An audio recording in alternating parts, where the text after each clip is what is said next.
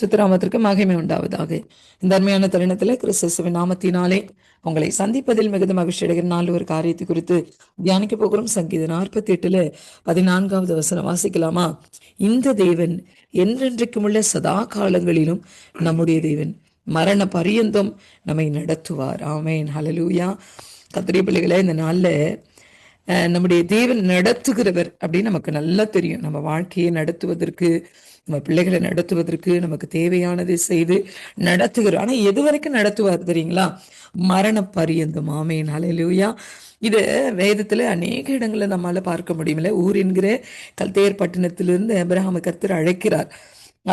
அவர் அழைக்கும் பொழுது அவர் அவங்க அப்பா அந்த பொம்மையெல்லாம் செய்து விற்கிற ஒரு தொழிலாளி.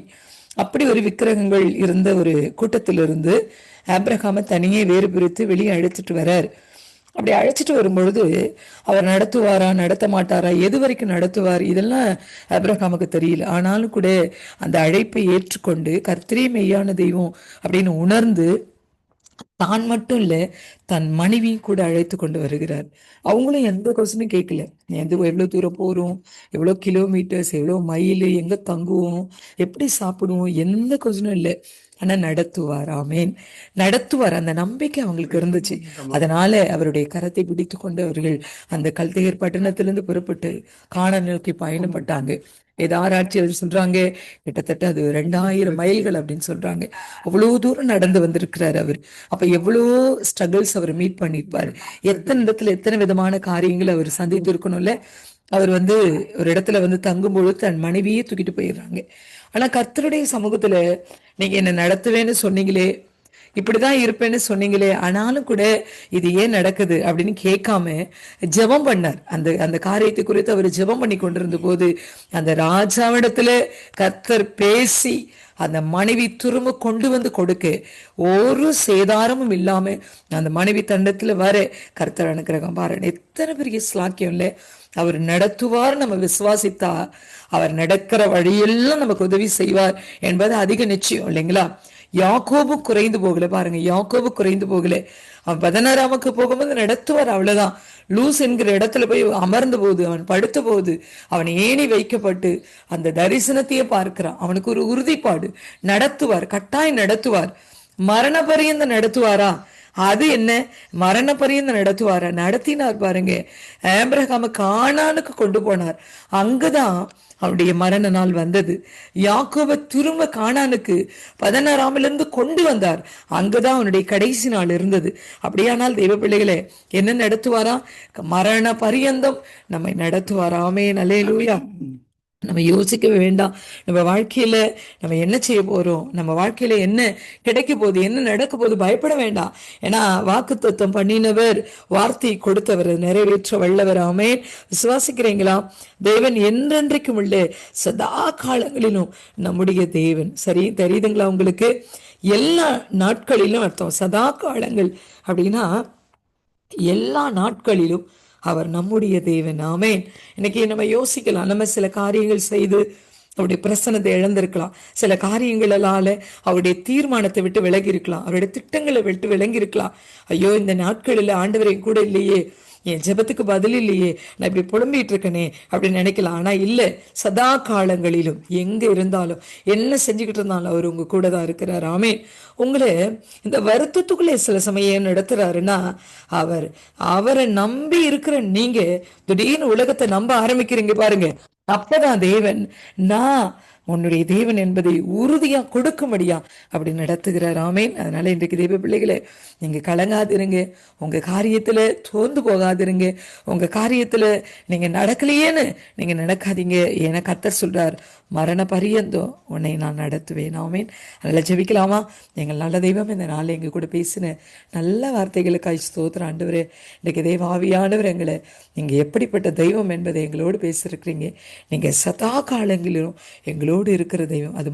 அது மட்டுமல்ல, எங்களை நடத்துகிற தெய்வன். அது மட்டுமல்ல, எங்களை மரண பரியந்தம் நடத்துகிற தெய்வன் அல்லவா. அதற்காய் ஸ்தோத்திரம். இந்த சத்தியத்திற்காய் நன்றி சொல்லுகிறோம். இதை கேட்க போகிற பிள்ளைகள் ஆசீர்வதியும். கிறிஸ்து நாமத்தில் பிதாவே, ஆமென். God bless you all. துடிப்பு சுத்திராமத்திற்கு மகிமை உண்டாவதாக. இந்த அருமையான தருணத்தில் கிறிஸ்து நாமத்தினாலே உங்களை சந்திப்பதில் மிகுந்த மகிழ்ச்சி அடைக்க நல்ல ஒரு காரியத்தை குறித்து தியானிக்க போறோம். சங்கீதம் 49 3வது வசனம் வாசிக்கலாமா? என் வாய் ஞானத்தை பேசும், என் இருதயம் உணர்வை தியானிக்கும். ஆமேன், ஹல்லேலூயா. கர்த்தருடைய பிள்ளைகளே, இது கோராகின் புத்திரருள்ள நாகத்தலைவனுக்கு ஒப்புவிக்கப்பட்ட சங்கீதம்.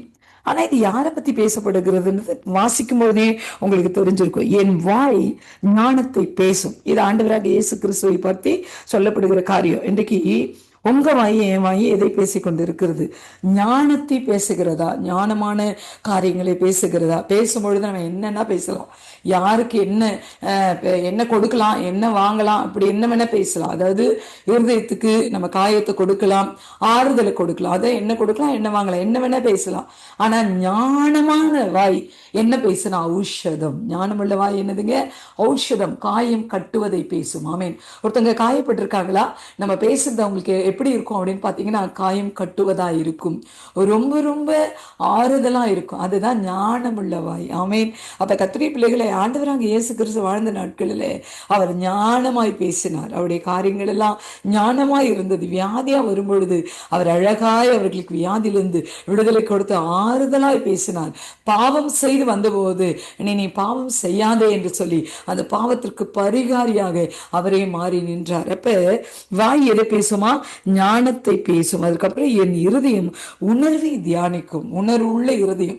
இந்த கர்த்தரை எதிர்பார்க்கிறது நறுங்குண்ட இருதயம் தான். அப்படி ஒரு இருதயத்தை தான் தாவீது வைத்திருந்தார். அந்த இருதயத்துக்குள்ளதான் ஆண்டவரால கிரியை செய்ய முடியும். என் இருதயம் கல்லா இருக்கு, என் இருதயம் எதையும் ஏற்றுக்கொள்ளாது, என் இருதயத்துல இப்படிப்பட்ட காரியம் தான் இருக்கும், நான் இப்படித்தான் அப்படின்னு இருக்கும் பொழுது அந்த இருதயத்தை ஆண்டவரால கூட ஒன்று செய்ய முடியாது. ஆனா ஒரு பிளெக்சிபிள் ஹார்ட், அந்த இருதயத்துல ஒரு வளைந்து போகிற தன்மை, ஒரு நொறுங்கி இருக்கிற தன்மை, ஒரு உடைந்து இருக்கிற தன்மை, அந்த இருதயத்தை அவரால் அழகா சீர் செய்ய முடியும். உணர்வுள்ள இருதயம், ஆண்டவரை அறிகிற உணர்வுள்ள இருதயம். இந்த உலகத்துல யார் தான் தெய்வம்? அவர் மட்டும்தான் உண்மையான தெய்வம். அந்த உணர்வுள்ள இருதயம் யாருக்கெல்லாம் இருக்கிறதோ அந்த இருதயத்தை கர்த்தர் நேசிக்கிறார். ஆமேன். அந்த உணர்வுள்ள இருதயம் என்ன செய்யுமா? தியானிக்கும். ஆமேன். ஒவ்வொரு நாளும் ஆண்டவரை குறித்து தியானிச்சுக்கிட்டே இருக்கும் இல்லையா? அதை தியானிக்கிற இருதயமா கர்த்தர் மாற்றுவார். ஆண்டவருடைய பிள்ளைகளே, மனுஷனுடைய இருதயம் கேடும் கிறுக்கும் உள்ளது என்று வேதம் எழுதி வைத்திருக்கிறது.